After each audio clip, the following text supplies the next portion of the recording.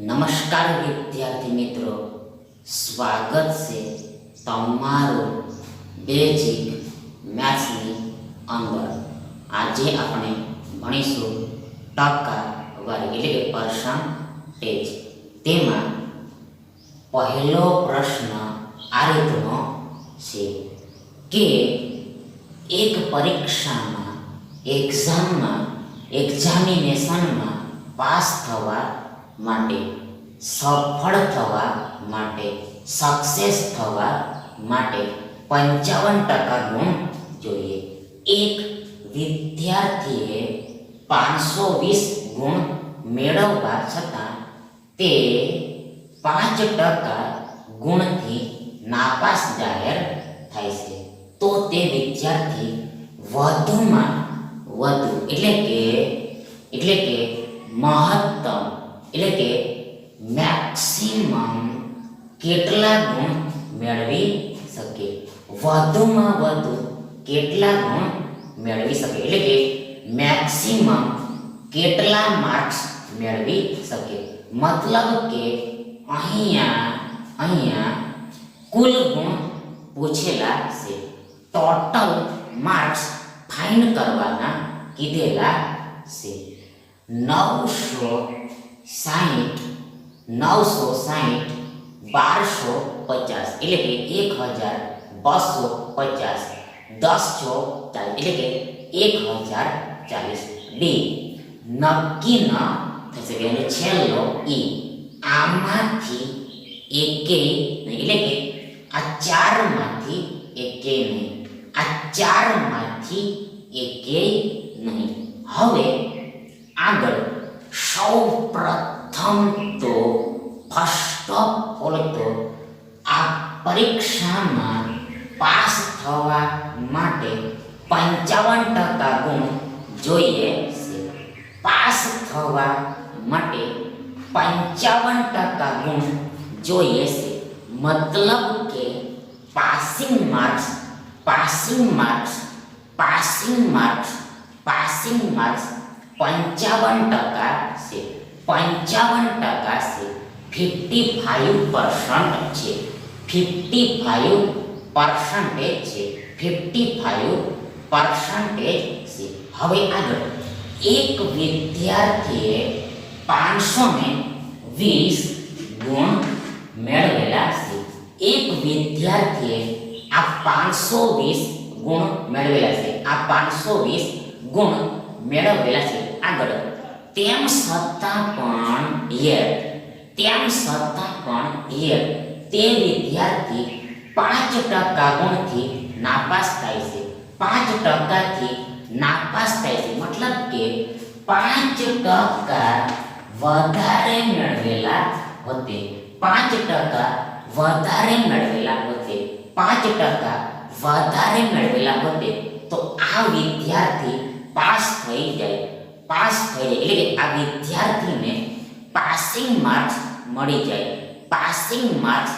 મતલબ કે આ 55% મળી જાય.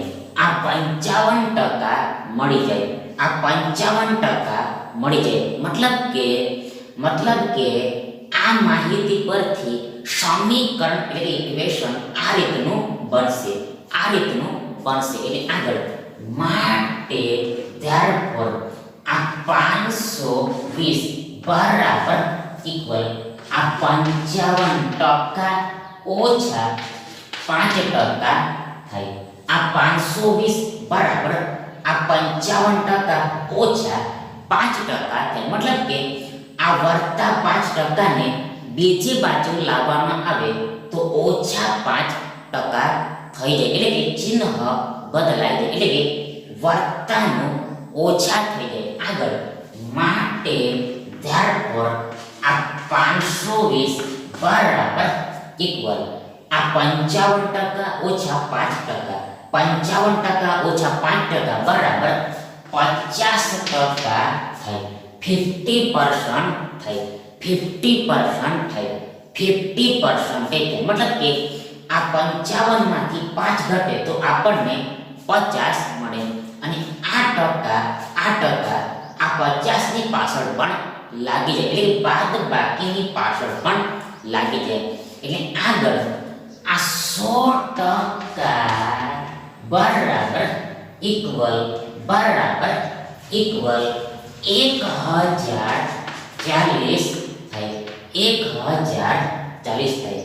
ફરીથી એકવાર, જો 50% બરાબર 520 થતા હોય તો 100% એટલે 100% બરાબર ઇક્વલ 1040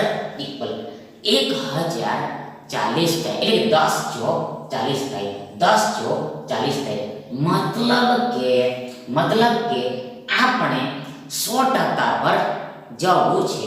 આ 100% પર આવશે. તો તેના માટે સ્પષ્ટ છે કે આ 50% ને 2 વડે ગુણવું પડે. એટલે આગળ આ 50 દુ 100 થાય અને આ ટકાનો ટકા તો છે. એટલે આગળ આ બાજુ પણ 2 વડે ગુણવું પડે.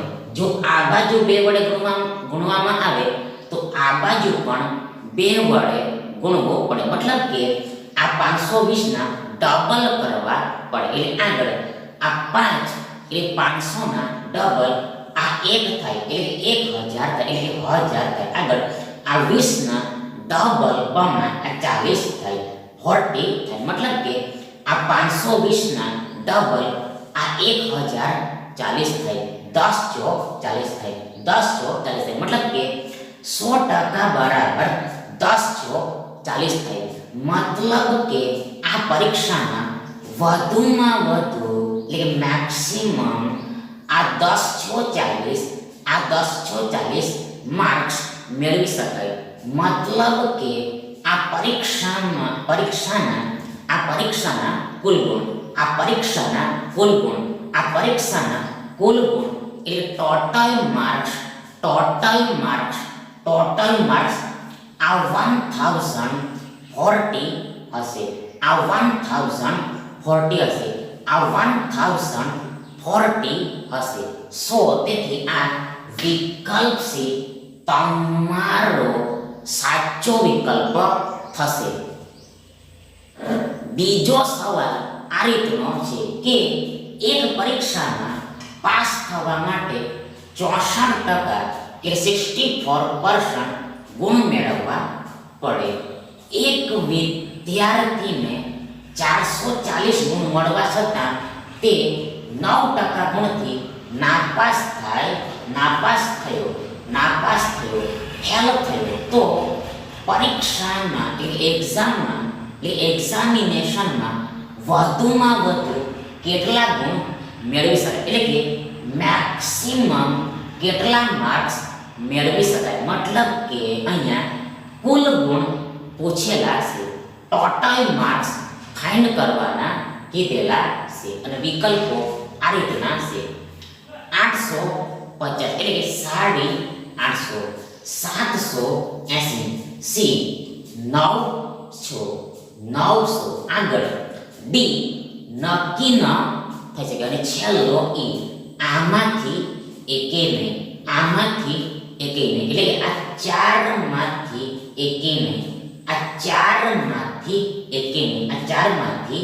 એકે નહીં, હવે આગળ સૌ પ્રથમ તો ફર્સ્ટ ઓફ ઓલ તો પરીક્ષામાં પાસ થવા માટે 64% ગુણ મેળવવા પડે છે. મતલબ કે પાસિંગ માર્ક્સ 64% છે. પાસિંગ માર્ક 64% છે. હવે આગળ એક વિદ્યાર્થી આ 440 ગુણ મેળવે છે. એક વિદ્યાર્થી 440 ગુણ મેળવે છે તેમ છતાં પણ તે 9% થી નાપાસ થાય છે, 9% થી ફેલ થાય છે. મતલબ કે જો આ વિદ્યાર્થી 9% ગુણ વધારે મેળવે, 9% ગુણ વધારે મેળવે, આ 9% ગુણ વધારે મેળવે તો આ વિદ્યાર્થી પાસ થઈ જાય. આ વિદ્યાર્થી પાસ થઈ જાય. મતલબ કે આ 440 વત્તા 9% બરાબર ઇક્વલ આ 64% થઈ જાય.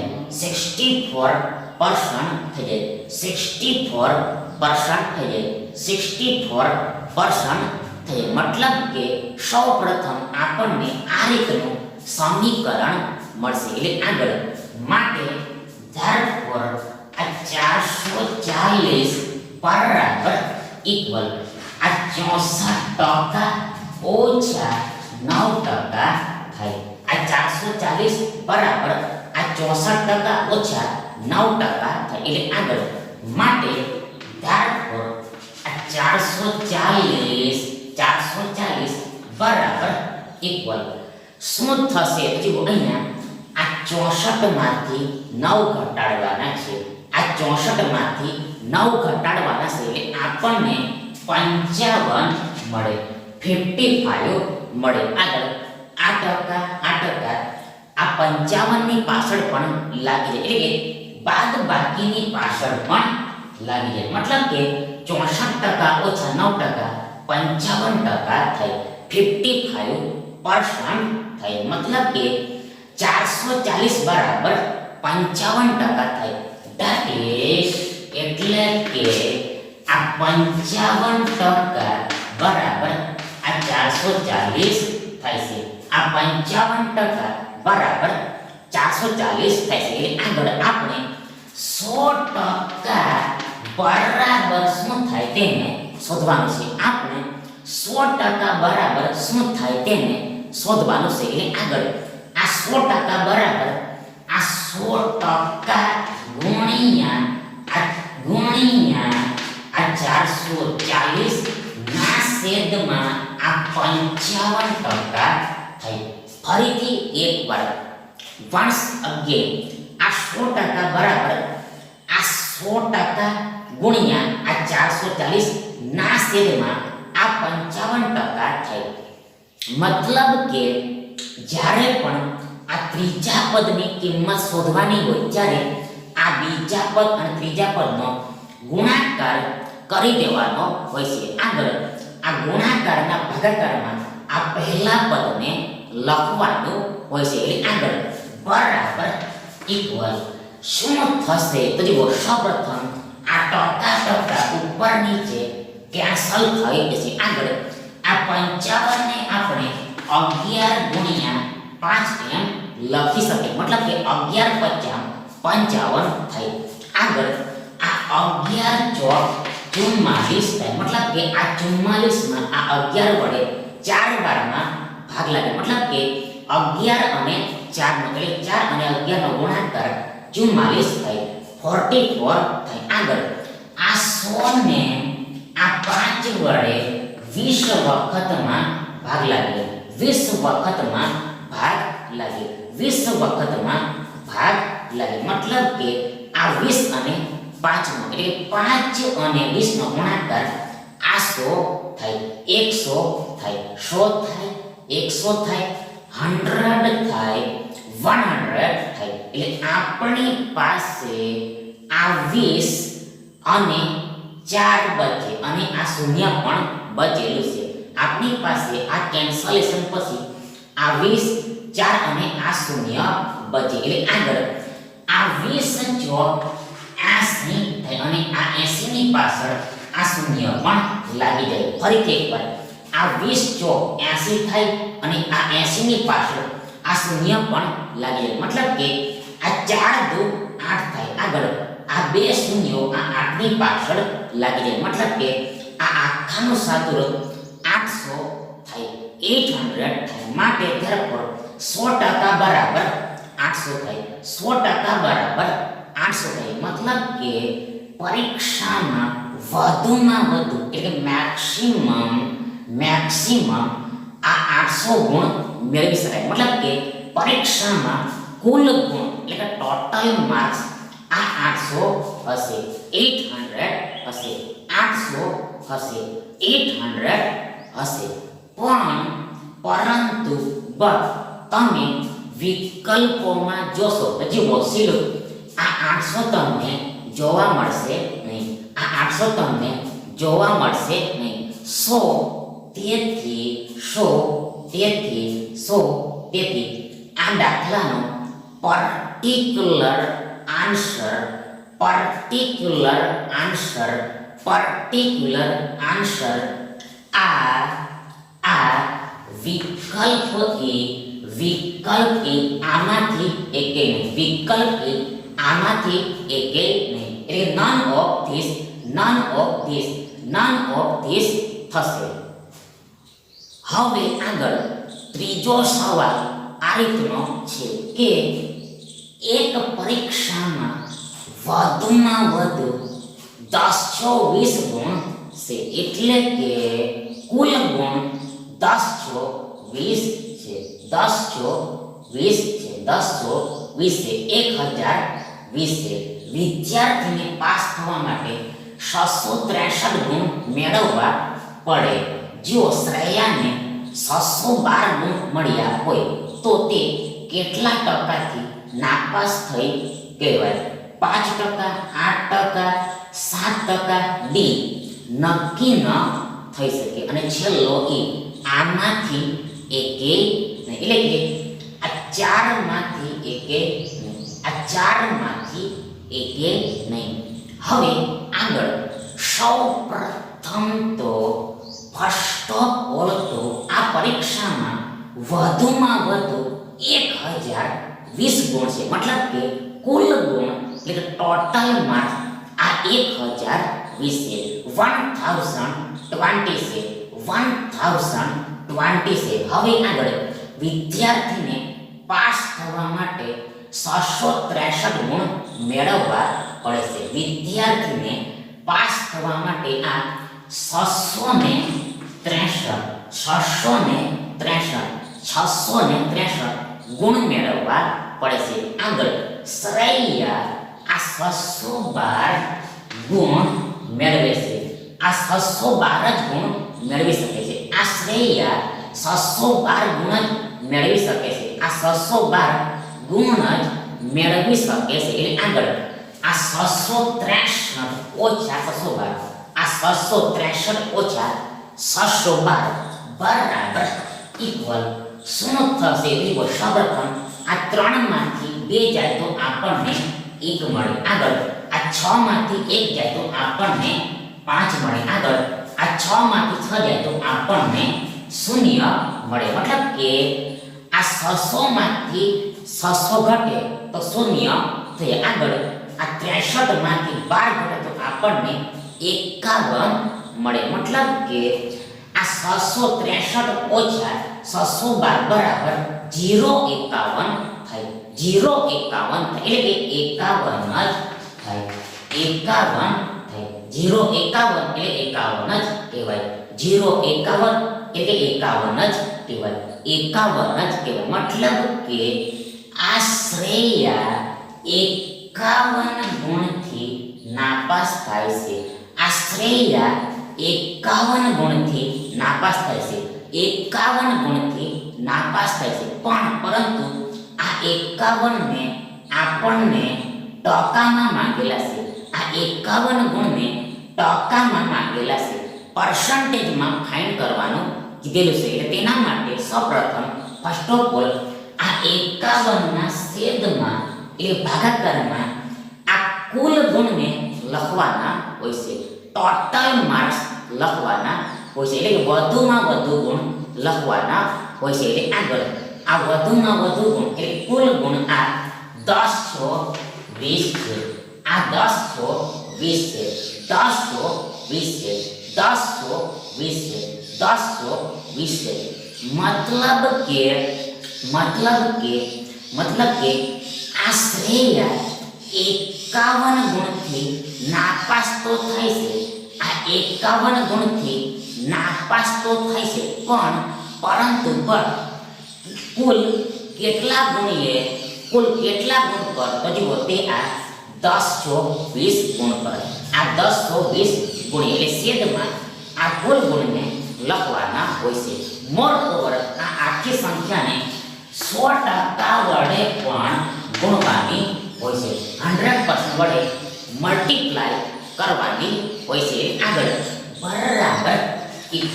બરાબર ઇક્વલ સૌપ્રથમ આ 51 દુ 102 થાય, 51 દુ 102 થાય. મતલબ કે આ 102 માં આ 51 વડે બે વારમાં ભાગ લાગે. મતલબ કે આ 51 અને 2 નો એટલે 2 અને 51 નો ગુણાકાર આ 102 થાય. મતલબ કે આ 51 ના ડબલ બમણા બે ગણા ટ્વાઇસ ટુફોલ્ડ આ 102 થાય. 102 થાય, 102 થાય, 102 થાય, 102 થાય.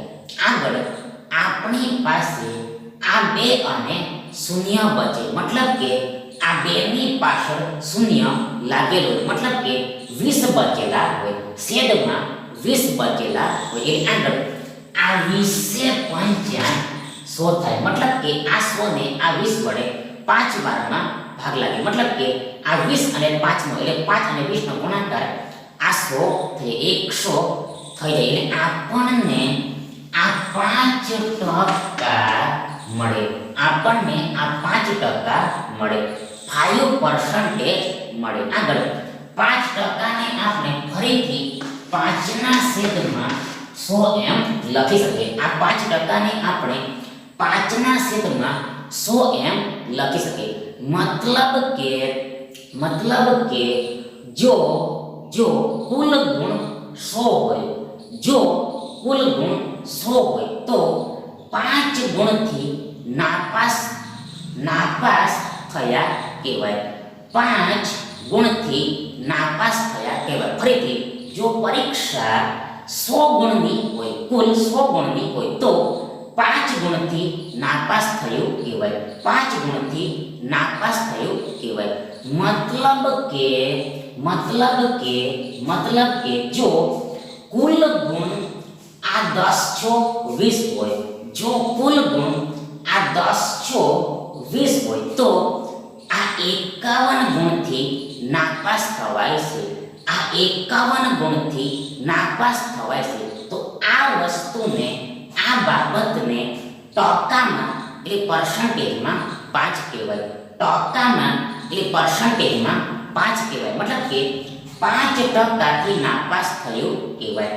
5% થી નાપાસ થયું કહેવાય. 5% થી નાપાસ થયું કહેવાય. તેથી આ વિકલ્પ એ તમારો સાચો વિકલ્પ થશે. હવે આગળ છેલ્લો પ્રશ્ન આ રીતનો છે કે એક પરીક્ષામાં એક વિદ્યાર્થી વધુમાં વધુ આ 1040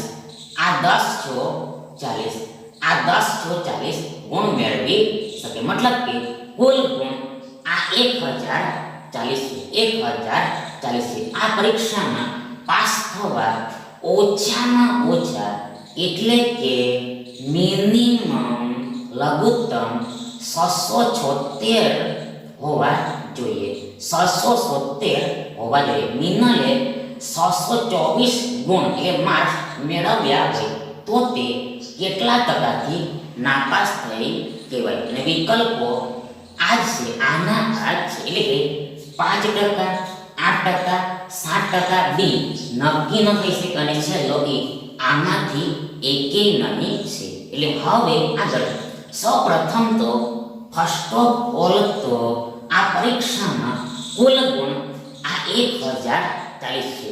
1040 છે. આગળ આ પરીક્ષામાં પાસ થવા માટે ઓછામાં ઓછા આ 676 ગુણ, આ 676 ગુણ, 676 ગુણ હોવા જોઈએ. મતલબ કે પાસિંગ માર્ક્સ આ 676 છે. પાસિંગ માર્ક 676 છે. આગળ મિનિમમ 624 જ માર્ક લાવી શકે છે. મિનિમમ આ 624 જ માર્ક લાવી શકે છે. આ મિનિમમ 624 જ માર્ક લાવી શકે છે. એટલે આગળ આ 676 ઓછા 624 બરાબર ઇક્વલ શું થશે? તો જુઓ, સૌપ્રથમ આ 6 માંથી 4 ઘટે તો આપણને 2 મળે. આગળ આ 7 માંથી 2 ઘટે તો આપણને 5 મળે. આગળ આ 6 માંથી 6 ઘટે તો આપણને 0 મળે. મતલબ કે આ છ એટલે 600, આ 6 એટલે 600, 600 માંથી 600 ઘટે તો શૂન્ય થઈ. આગળ આ 7 એટલે 70 માંથી આ 2 એટલે 20 ઘટે તો આપણને 5 એટલે 50 મળે. આગળ આ 6 માંથી 4 ઘટે તો આપણને 2 મળે. મતલબ કે આ 676 ઓછા 624 બરાબર 052 થાય. એટલે કે 52 થાય. 52 થાય. આ 52 થાય. મતલબ કે કોઈક સંખ્યાની આગળના શૂન્યની કોઈ પણ કિંમત હોતી નથી, કાંઈ પણ વેલ્યુ હોતી નથી. મતલબ કે આ બાજુ અનંત શૂન્ય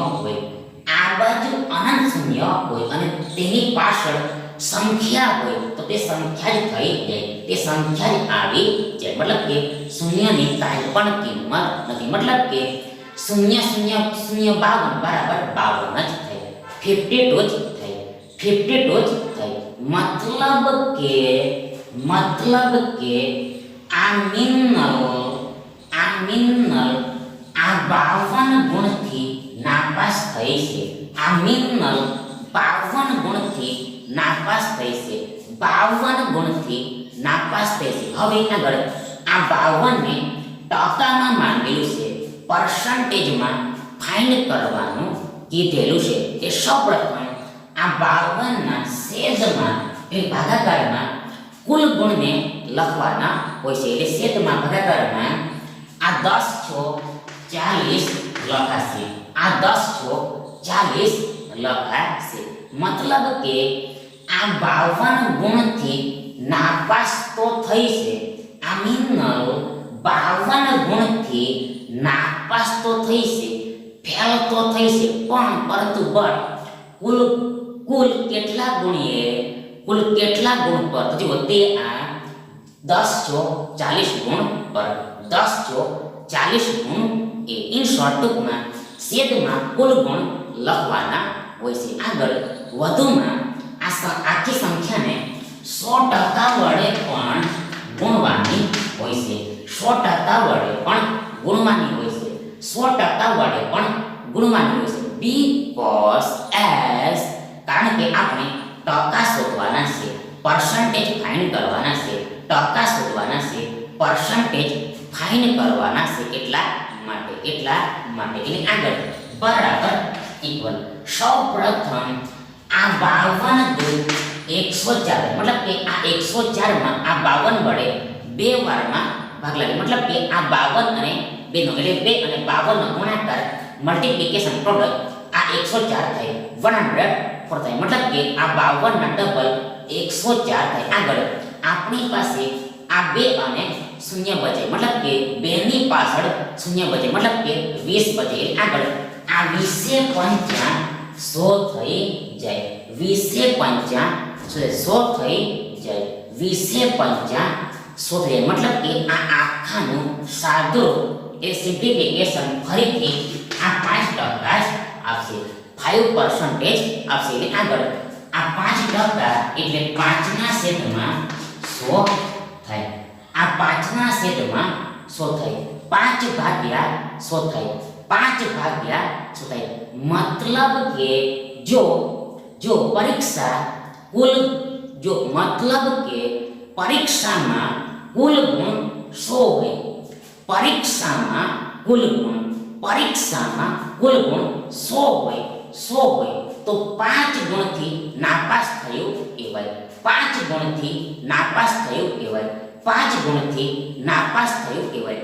મતલબ કે જો પરીક્ષામાં કુલ ગુણ, એક્ઝામમાં ટોટલ માર્ક્સ આ 10 × 40 હોય, એટલે કે 1040 હોય, 1040 હોય તો આ 52 ગુણથી નાપાસ થવાય છે.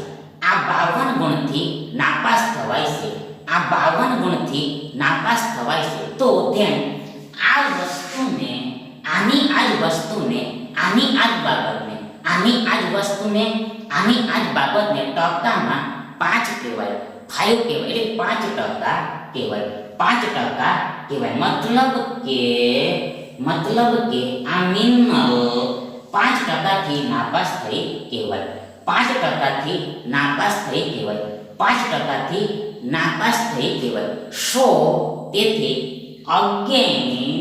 અગેન ફરીથી તમારો આ વિકલ્પ એ સાચો વિકલ્પ થશે. Thank you.